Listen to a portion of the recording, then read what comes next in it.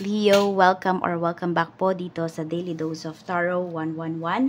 Kamusta ka ngayon? I hope na sa mabuti kang kalagayan, pampisikal, mental, emotional, o spiritual man yan. Ang video po natin na ito ay para lamang sa mga Leo na may malawak na kaisipan. Kaya po, tandaan ninyo na hindi lahat sa inyo ay makaka-resonate. Pwede nyo pong panoorin yung inyong other signs, Sun, Moon, Rising, and Venus. At kung bago lamang po kayo dito sa aking channel, please subscribe and hit the bell button para lagi po kayong updated every time na meron po tayong uploads.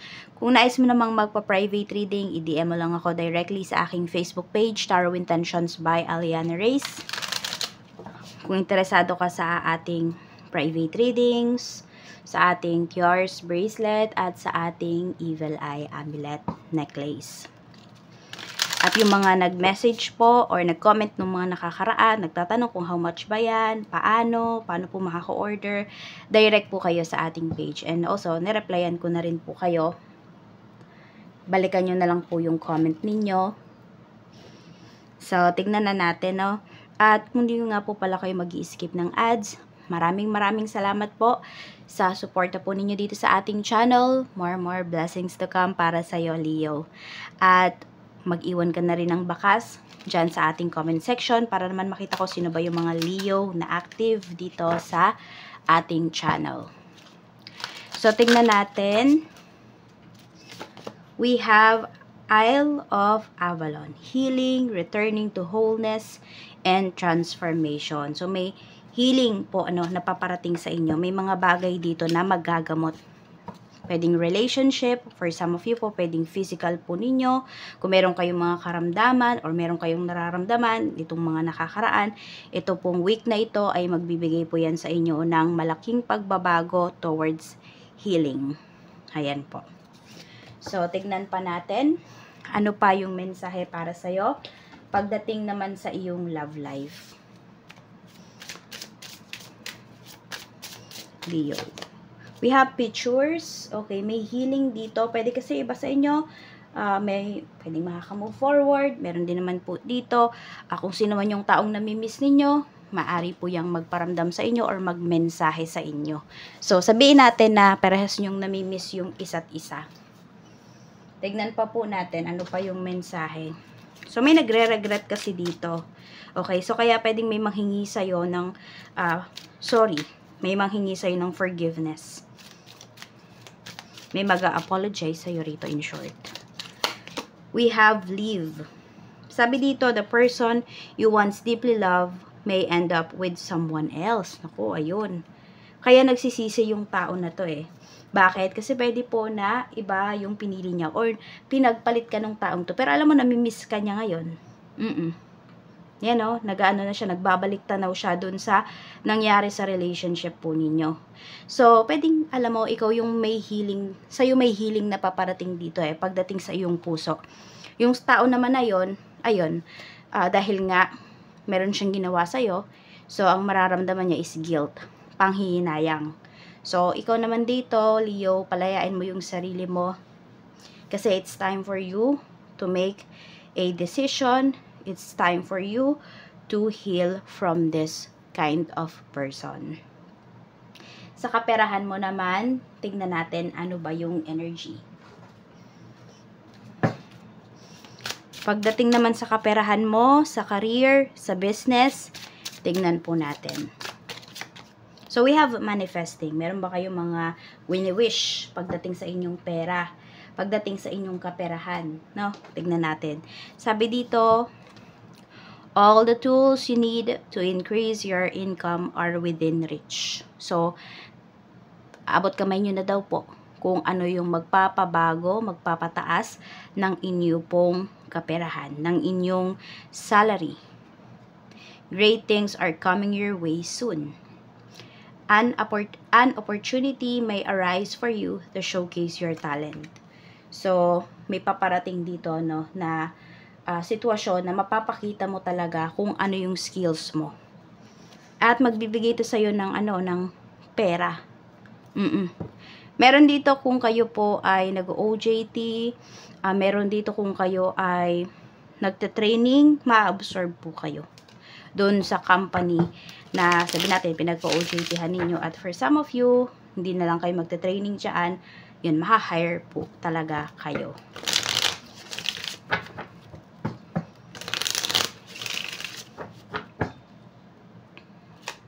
We have 10 of Swords. So, kung may nilalakad po kayong mga papeles dito, ayan, lakarin nyo na talaga. Kung meron kayong mga kulang na requirements, ayusin nyo po. Kasi napakaganda ng pinapakita rito in terms of your finances. Okay?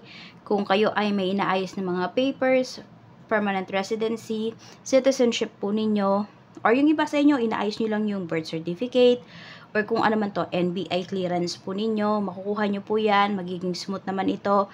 At yun po, isa yan sa way ninyo para makakuha ng mas magandang opportunity kasi malinis yung yung record po ninyo.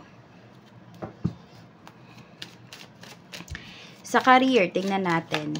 So we have 3 of Pentacles. Yung iba sa inyo more on nagma-manifest talaga kayo dito ng magandang sistema pagdating sa inyong career or magandang career. Yung iba po sa inyo kasi yung iba pwedeng wala kayong work. Okay? So ang minamanifest niyo dito is magkaroon kayo ng trabaho. Yung mga may current job naman po, ayan, mas magiging tahimik, mas magiging payapa po yung inyong trabaho.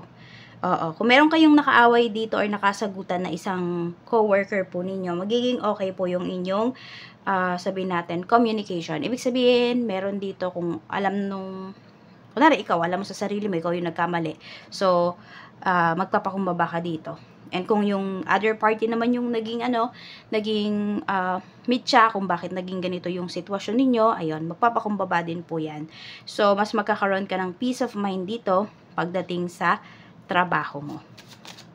Sa business naman, if may business po kayo, 8 of Pentacles, nakikita mo, tuloy-tuloy po, ang magandang pasok ng kita dito sa inyong negosyo. Sobrang pagod nga lang po talaga kayo.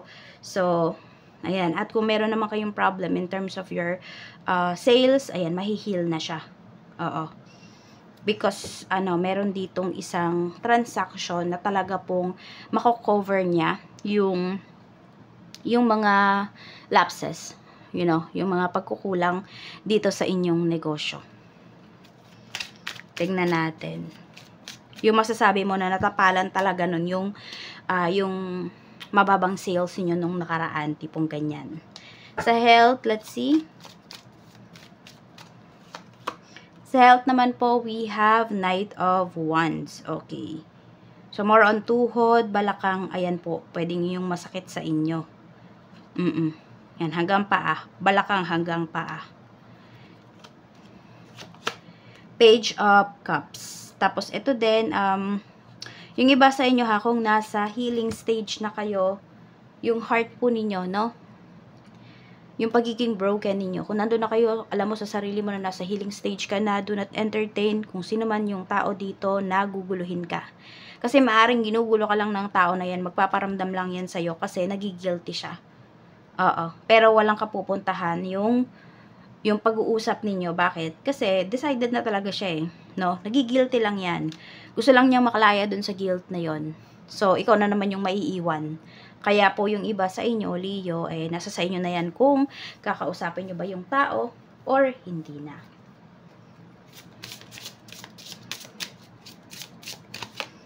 We have Door of Intuition. So, follow nyo po yung intuition ninyo. Sabi dito, insight, perception, awareness, premonition, instinct. So, yung iba po, pwedeng bago pa mag-message sa'yo yung tao na to, napaginipan mo na yan. So, either, maganda ba yung panaginip nyo? Ano ba yung nafe-feel nyo towards doon sa panaginip? Ano ba yung nararamdaman nyo nung napapaginipan nyo yung tao na yan? Follow nyo po yung intuition ninyo. Yan, kung sabi natin, hindi maganda yung panaginip mo towards sa taong yan, na magme-message sa'yo, huwag mo nang i-entertain. Kasi pwedeng masaktan ka lang po ulit dito, baka mag-back to zero ka pagdating sa healing na ginagawa mo. So, huwag nyo hayaan na ma-distract kayo nung taong to towards dun sa pagbabago ninyo.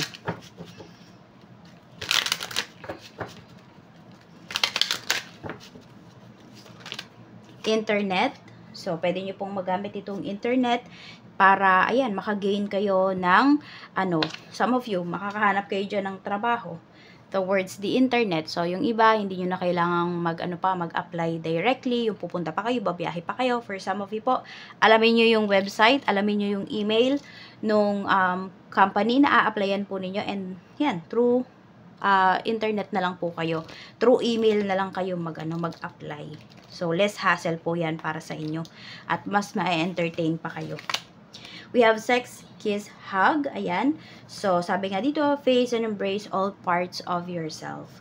So, mahalin mo yung sarili mo. Okay? Or ano man tong mga insecurities mo na kailangan mong baguhin, na, meron ka bang gustong baguhin? Or, i-embrace mo ba? Diba? Tatanggapin mo ba? So, ayan po, nasa iyong mga kamay yan. Mahalin mo daw yung sarili mo. Kasi, yes, pwedeng may magmahal sa'yo, pero mas mahalin mo yung sarili mo. Okay? Huwag mo laging hinahanap yung pagmamahal ng ibang tao. Mahanap mo yan within yourself. Okay? So, ano pa ba? Angel message para sa'yo. Tignan natin, Leo. Ano yung angel message para sa'yo? We have overcoming difficulties. Sabi dito ni Archangel Jeremiel, the worst is now behind you and you are surmounting any previous challenges. So, di ba, nakawala ka na nga sa taong to. Inalis na to sa'yo ni universe, kaya wag mo nang pababalikin. So, isa po yan sa mga blockages sa life mo, yung tao na to. Leo. Kaya kung umalis siya sa life mo, maging thankful ka. Pero yung iba kasi sa inyo ngayon, hindi nyo pa naiintindihan kung bakit ba iba yung pinili ng tao na to. Oo. Pero maiintindihan nyo rin soon. At kung meron nga po kayo dito mga minamanifest, sabi dito, napaka-easy na lang po sa inyo para i-manifest po ito. At kung kayo naman ay may mga nilalakad dito ng mga papeles, sabi ko nga, lakarin nyo na. Kasi once na naayos nyo po yan, tuloy-tuloy na po yung blessings para sa inyo. So, ayan lang po. Maraming salamat, Leo. And see you again on my next video.